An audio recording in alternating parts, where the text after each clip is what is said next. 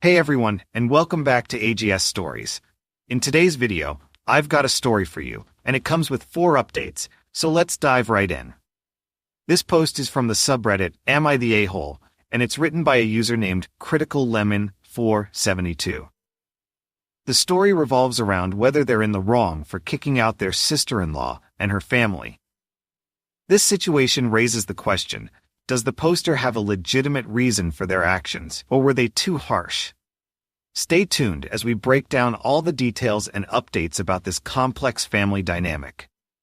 I've been married to my husband Mark for over 5 years now, and we have a pretty solid relationship. But there's one thing that's always been a struggle: his family. Mark has 2 brothers and 1 sister. His sister Sarah and her husband Jim are not exactly my favorite people in the world. It's not that they're outright bad people. It's just that we've had our fair share of issues, particularly when it comes to boundaries and respect. Recently, Sarah and Jim found themselves in a tough spot. After losing their home, they had to resort to couch surfing. To be honest, a lot of this could have been avoided if they had taken some responsibility earlier, but here we are. Initially, they stayed with Mark's parents.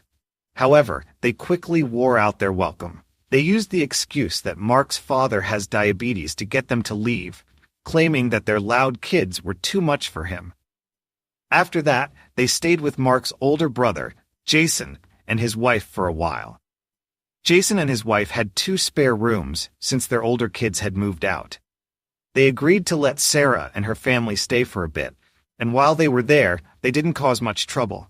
But after 3 weeks, they had to move out due to planned renovations. The next stop was Mark's younger brother, Luke. At first, things seemed to be going well. Sarah and Jim agreed to keep the place clean and help out around the house. However, that didn't last long. I had always been a bit wary of Sarah's behavior, especially when it came to keeping things tidy. Every time they stayed at our place before, it was always a mess. The kitchen trash would be overflowing, with food scraps just tossed in the general direction of the bin. It got especially bad when it came to personal hygiene items.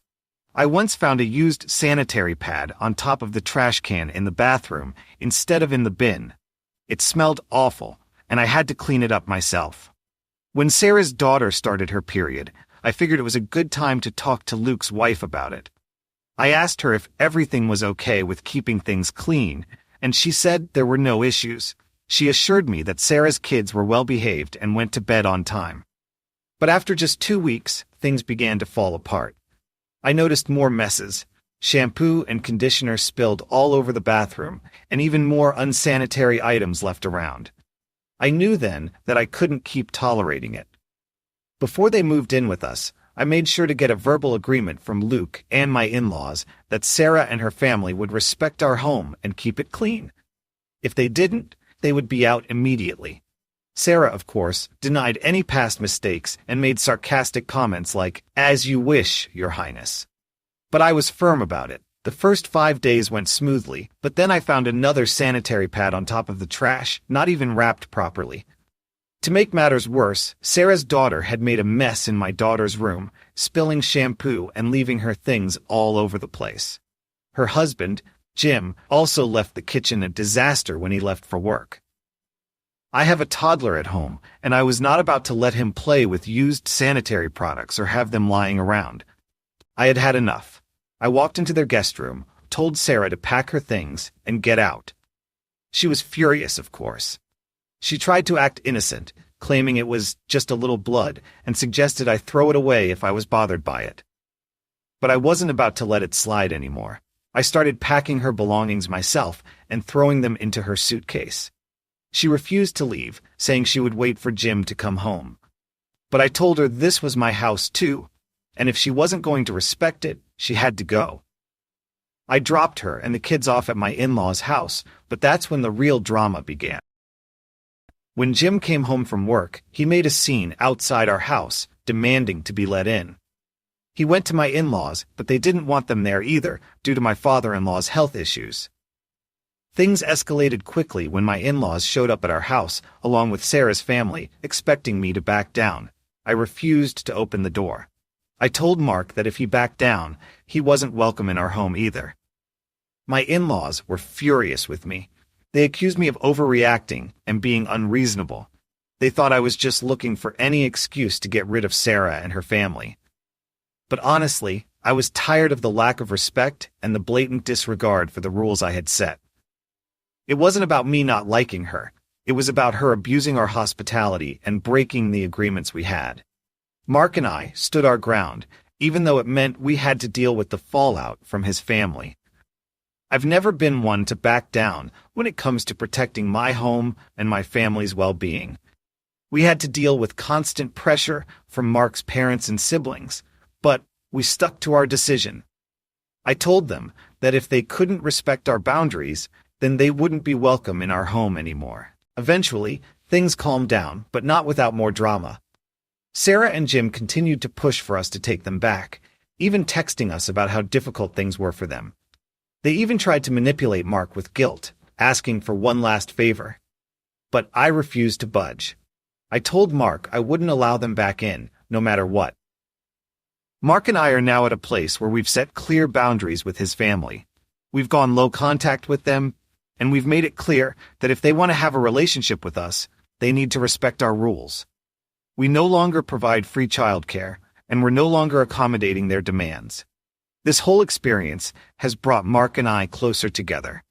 We're a united front, and we've learned how important it is to prioritize our own family and set firm boundaries. The drama with Sarah and her family has taught me that sometimes standing up for yourself is the best thing you can do, even when it means facing criticism from your own family. Well, OP, I really don't think you're the a-hole here. It's your house, your rules. You made it clear to Sarah and her family that they needed to keep things clean, and they just didn't follow through. Whether she agreed sarcastically or not, she still agreed. And at the end of the day, it's your and your husband's house. You don't need anyone else's approval to make the rules. If they didn't respect the terms, then they had to go. Simple as that. What's really frustrating here is that Sarah and her family have clearly taken advantage of your hospitality. They used the excuse of being in a rough spot to get help, but they never bothered to hold up their end of the deal. I get that family is important, but that doesn't mean you should tolerate disrespect or mess just because they're in a difficult situation. It's one thing to help out when people are trying, but it's another when they're just using you and not trying to be responsible for themselves.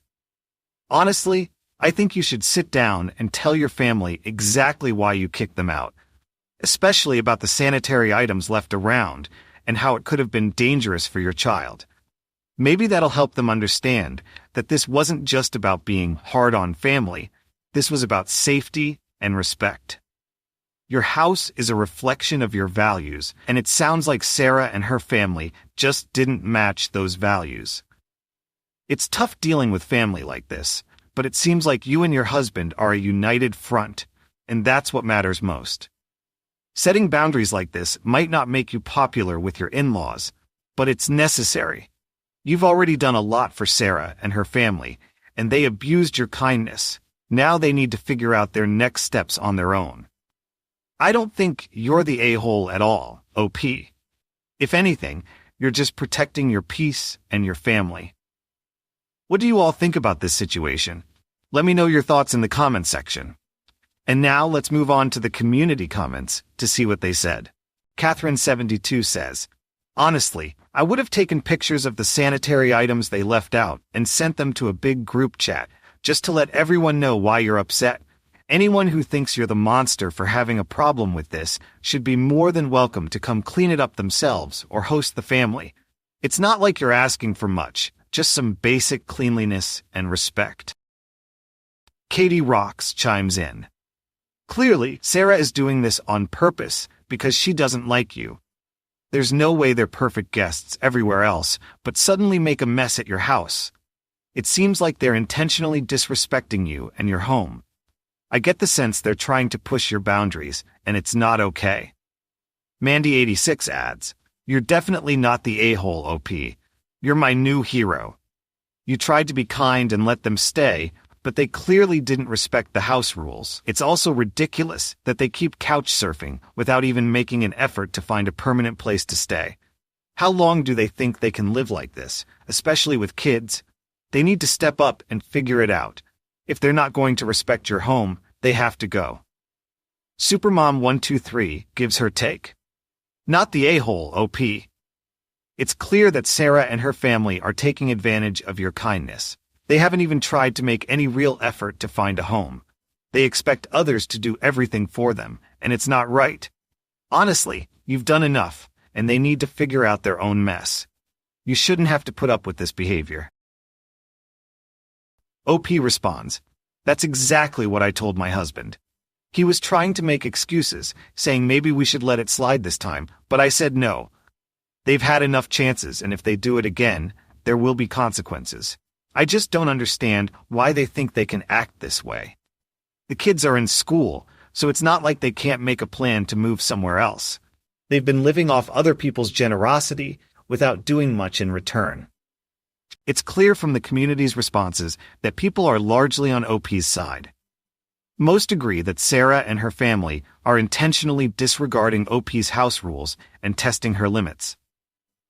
They believe OP made the right choice by setting boundaries, especially after Sarah and her family repeatedly failed to meet the standards they agreed to. It's also evident that OP's frustration stems from feeling taken advantage of, with Sarah not making any real effort to secure a more permanent living situation. Sarah says what sums it up. From what OP shared, it sounds like Sarah and her family are just looking for a free ride. They've been given chances, but instead of being grateful and respecting the rules, they're just taking advantage of the situation. OP shouldn't have to clean up after them, and it's totally justified that she kicked them out. They need to grow up and start taking responsibility for their own lives. So it seems like the community agrees with OP's decision and understands her frustrations. Boundaries are important, especially when you're dealing with family, and OP made it clear that enough was enough. Update 1. Yesterday, things escalated quickly. My driveway looked like a scene from a Mexican standoff. Sarah and her family were standing there, staring at the house as if they were waiting for me to break down and let them back in. For 2 whole hours, I refused to go out and engage. I wasn't going to give them the satisfaction of seeing me crumble. I stayed inside, eyes locked on the window, watching the clock tick by. Finally, after what felt like an eternity, they left. They're staying with my in-laws for now, but they promised to come back the next day to discuss things. Apparently, they wanted to work it out since everyone would be home from work. At least, that's what my husband relayed to me. When Mark came inside, I was done playing nice. I made it clear that under no circumstances were they coming back to stay in our house. I wasn't having it anymore. I told him that if he wanted to clean up after them, he was welcome to, but not me. I was just done. I couldn't even look at the mess they had made without feeling disgusted. The sanitary items, the spilled shampoo, the crumbs all over the floor, it was too much. I told him, "You know how you felt about cleaning up their mess? Imagine how I felt, cleaning up after them every single time." I wasn't biologically related to them like he was, and I didn't have the same obligation to tolerate their disrespect. He promised me he'd buy a new trash can and bleach the sink 3 times. He said he understood how grossed out I felt.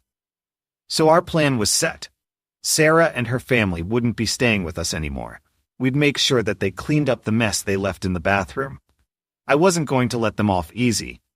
Our daughter could use our shower in the meantime, and we'd see how things played out the next day. Mark and I were on the same page. For the first time in a while, I felt like we were a united front. It was a relief to finally feel like we were putting ourselves first. Now, we just had to wait and see if they'd accept the boundaries we set, or if they'd push us even further. Either way, we were ready. Update 2. Yesterday was one of those long days where you just feel like you're running on fumes. Mark and I decided to go to my in-laws early to try and get everything out in the open. As expected, it didn't go smoothly. My in-laws immediately hit us with the guilt trip. They started talking about how they'd be willing to take Sarah and her family in temporarily, just until they could find a place. But, of course, there was a catch. They said it would be difficult because of my father-in-law's diabetes, which made it unhealthy for him to have a full house with all those kids running around. I couldn't keep quiet. I turned to my father-in-law and said, "Tell Sarah to start parenting her children properly so they stop running around like wild animals. That way, they could stay at your place since you've got the spare rooms." My words hit hard, and I could tell it didn't go over well with Sarah. She immediately started her tirade, accusing me of being jealous of her and trying to drive a wedge between her and her brother. She even had the nerve to tell Mark, "Is this how you let your wife talk to your family? I think you need to step up and tell her that your sister and her family will stay as long as they need to." I was furious. I told Sarah she didn't even like her own life, so how could she expect me to be jealous of it? That was a reach so far beyond reality that I couldn't take her seriously anymore. Then she turned to Mark and tried to get him to lay down the law. She wanted him to control me, to tell me that they were staying with us, no questions asked. But Mark wasn't having it. He shut her down immediately, telling her, "This house is mine just as much as it is yours. It's a 2 yes, 1 no deal. And just because I'm staying home now doesn't mean I haven't contributed to buying this house. I've worked hard for it." The tension between all of us was palpable, but I wasn't backing down. Mark's brothers were no better. They both tried to defend Sarah and her family, saying I was just making up stories about her cleanliness. They told me to suck it up and act like family. I couldn't believe the audacity. I wasn't there to argue about Sarah's cleanliness, though. I had seen it with my own eyes. Even Mark's brother had witnessed the mess and had to clean it up himself. So when Sarah slipped up and said, "Why did you clean it up? You were supposed to clean it up, not me," I was beyond livid. She either knew she had the entire family wrapped around her finger, or she was just that clueless. Either way, I made it clear that she wasn't going to stay with us again. If she got along so much better with everyone else, that was their problem to figure out, not mine. I wasn't going to sacrifice my sanity to keep the peace anymore. Things got even more heated when Mark and I tried to talk to his niece, who was old enough to help clean up the mess. She flat out refused to do anything, and that's when her father, my brother-in-law, intervened. He said, "She's your niece, but my daughter is not your responsibility. Don't you dare tell her what to do." The tension escalated to the point where both men had to walk off and cool down. It was absurd. As if that wasn't enough, I had to deal with Sarah and Jim laughing in my face about the mess they'd caused. They thought it was funny when I told them I was going to sell some of their things to cover the costs of the trash bin I had to throw out. I wasn't kidding. I still had her daughter's Nintendo Switch, her husband's tablets, and even some of Sarah's jewelry. I told them I was going to sell it all to get my money back, and they didn't take it seriously. Sarah got all worked up, yelling that I couldn't do that, but I was done playing games. I told her, "Go ahead and try to stop me." They continued texting Mark, asking for one last favor and begging him to take them in for a few months until they got back on their feet. They even guilt-tripped me about their daughter's education, saying she might have to change schools because they didn't have a stable place to stay. I was done. I sent a message back, "Tough luck," and blocked them from my phone. No more playing nice. But Mark didn't block his parents. I could see he was frustrated with his brothers, who had the nerve to call him selfish for not helping out his sister. They admitted it was gross, but they still excused Sarah's behavior, even suggesting that maybe I did something to aggravate her.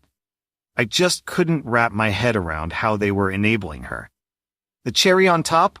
Mark's older brother's wife left a voicemail on his WhatsApp, asking if he would still watch their 6-year-old on Tuesdays and Wednesdays like he always had. I couldn't believe it. She had the audacity to ask him to do that after everything that happened. Mark was just as stunned as I was. He didn't even know how to respond. I told him, "Just figure out what you're going to say, but I'm done." So here we are, stuck in a never-ending cycle of drama with no real end in sight. It's exhausting, and I don't know how much longer I can keep dealing with it. But I know one thing for sure. My boundaries are set, and I'm not backing down. Update 3. Woof. Things are really starting to escalate. I can feel the tension building, and it's only a matter of time before everything boils over. Yesterday was no exception. I had to pick up my kids from school, and I was already running late. To make matters worse, a new family had just moved into the area, and the parents wanted to meet the other kids' parents, so we had a small meet and greet. I stuck around longer than I planned, but I had to, especially since it was important for the kids to make some new connections. While I was waiting, the school office brought my husband's older brother's daughter, the 6-year-old, to me. I'm the one who usually picks her up on Tuesdays and Wednesdays, and she usually stays with us. But this time, something felt off. Nobody had come to pick her up. Her teacher noticed me standing in the hallway and assumed I was delayed because of the meet and greet, so she asked the office to bring the little one to me. I took one look at the child and realized I wasn't responsible for her anymore. I had made it very clear to my in-laws and to my husband that I was done offering my help in these situations. I wasn't going to be the default babysitter anymore. So I told the office staff, I'm not picking her up today. They took her back to the office, and I'm sure they called her mother. My stomach churned thinking about how this would all play out. When I finally got home, Mark was visibly stressed. He said his parents had called him, and they were upset. They'd gone off about me abandoning their granddaughter. They had the audacity to put his older brother's wife on the phone, who then proceeded to yell at Mark about how horrible I was. Apparently, she wasn't happy about me drawing a hard line and cutting off my free babysitting services. Of course, Sarah had something to say too.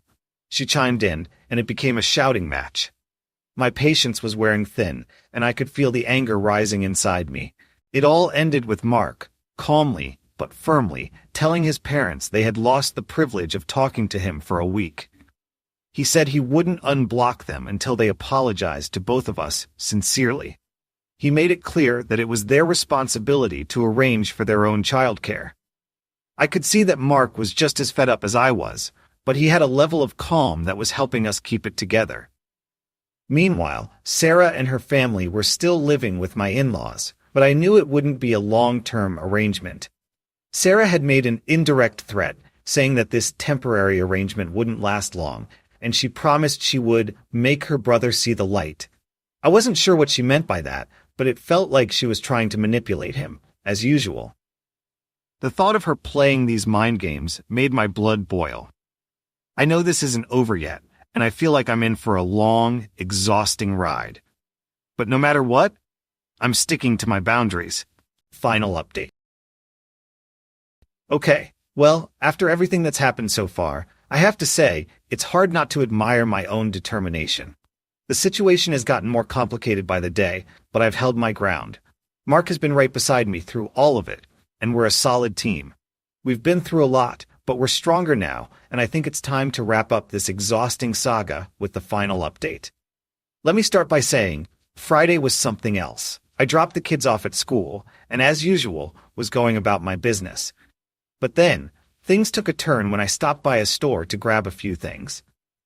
As I was loading my cart, who should show up but my older brother-in-law's wife, Beth.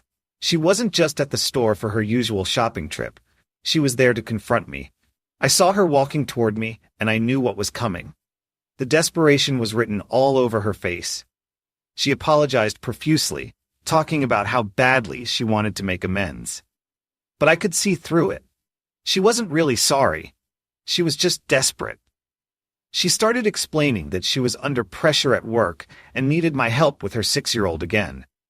She went on about how, if she missed one more week of overtime, she'd lose the project she was leading. Her husband couldn't change his hours, so it had to be her picking up their daughter. She said it wasn't fair for me to hold a grudge against a 6-year-old for something her mother said months ago. I looked her dead in the eyes and said, "This isn't about the kid, Beth. This is about your behavior and the mess you and your family left behind in my house." It wasn't just a passing comment, as she tried to claim. It was a pattern of disrespect, and I wasn't going to let it slide anymore. I could feel the anger bubbling up, but I kept my composure. I reminded her that her sister Sarah was the one who refused to help her with the kids, despite Sarah's own struggles. I suggested she ask Sarah's husband or her youngest brother's wife for help. After all, they had the time and resources to step in. But Beth didn't want to hear it. She told me she couldn't rely on anyone else. She wanted to concentrate on the early memories of her own child. I was furious, but I kept it together. "I'm sorry," I said, "but this isn't my problem anymore. Find another way to fix it. I've helped you enough." I turned and walked away from her, headed to the checkout. I didn't need to hear any more excuses. Later that day, when I went to pick up the kids from school, Beth was waiting for me again. This time, following me all the way home. I felt my blood pressure rise. I wasn't going to let her harass me any longer, so I did what I had to do. I parked in my driveway, blocking it so she couldn't park behind me. She didn't get the hint and parked her car on the side of the road instead, walking up to my door. She rang the bell, but I refused to answer. Then she tried the back door. She knocked loudly, demanding to be let in. "You can't avoid me forever," she shouted. I was done with her. I leaned out the window and told her that if she didn't leave, I would call the police for harassment.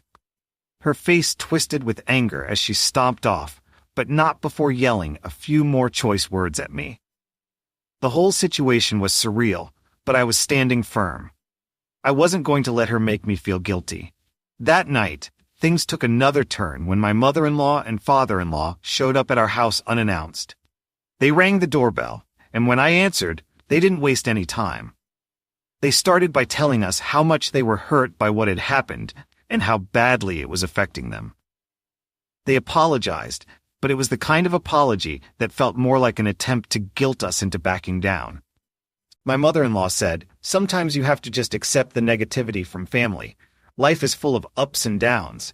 Everything can't be roses and rainbows." To which I responded, "Why do Mark and I always have to be the ones to bear the burden? Why is it only our job to accept the negativity? Why hasn't anyone held Sarah accountable for her actions?" That really set the tone for the conversation.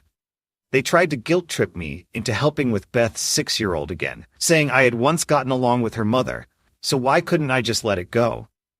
I told them, flat out, that Sarah lost that privilege. She had chosen her side, and I wasn't going to be the one to clean up after her family anymore. My husband backed me up, pointing out that I had done so much for them over the years without any financial compensation, and it wasn't right for them to ask me to keep sacrificing. The conversation got heated when they tried to remind me that Beth might lose her job if I didn't help. I calmly replied, "If I help, then I'm enabling this cycle. I've already sacrificed too much for your family. It's time for them to start taking responsibility for themselves." They didn't like that answer. Then they shifted gears. They wanted to know when I was returning the items that were being held hostage. I could see the manipulation coming from a mile away. Mark stepped in again, saying he would only return them when Sarah paid for the damages she had caused. I could see how uncomfortable they were with that, but they had no leg to stand on. They tried to threaten us, saying Sarah could report Mark for theft, but my husband wasn't backing down. He told them, "Let her try. We've got everything on camera, and she knows she's in the wrong." The conversation reached a breaking point when Mark told them he had canceled the family vacation plans he had made for Sarah's family. For years, he had paid for part of the trip, but not anymore. "If Sarah can't respect our boundaries," he said, "then she's not going to benefit from our kindness anymore." That was a bombshell. It felt like everything had finally come to a head. To make matters worse, my mother-in-law tried to get me to change my stance by saying, "You haven't done this, have you? We were supposed to have a great vacation together." But I was done. Her life situation is her own fault, I told her. Bringing more children into the mix wasn't going to fix it. The final straw came when my in-laws kept trying to guilt-trip us over the vacation. We told them to leave. We were done with the drama. That Saturday morning, the doorbell rang again. This time, it was Sarah and her eldest son. I didn't even have to see her face to know what was coming. Mark handled it this time, as he promised. When he opened the door, she tried to force her way inside. She was shouting, accusing me of ruining her life. She even threw $300 in Mark's face, demanding we rebook the vacation. She called me a cradle snatcher and a few other insults that I won't repeat here. She claimed I was trying to tear their family apart. Mark's response was firm. "If hell freezes over, Sarah." He told her to wait outside while he went inside to pack up her stuff.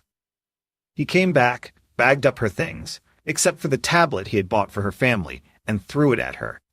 He told her that if she wanted to take him to court, she could, but she should really think about her kids before doing so, because they could barely afford to keep a roof over their heads, let alone hire a lawyer.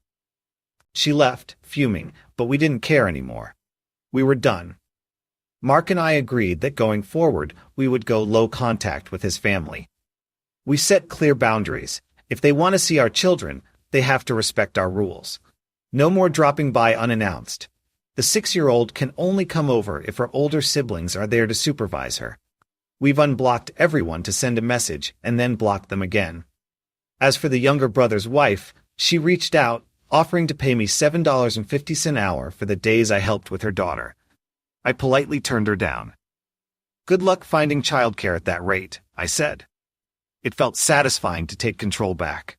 I'm exhausted, but I feel like a weight has been lifted off my shoulders. Mark and I are a team, and we've learned to put ourselves first. All the stress has only made us stronger, and now we're making our own family traditions. Thanks for all the support through this crazy journey. As for the rest of the family, well, they know where we stand now. This is the last time they cross us.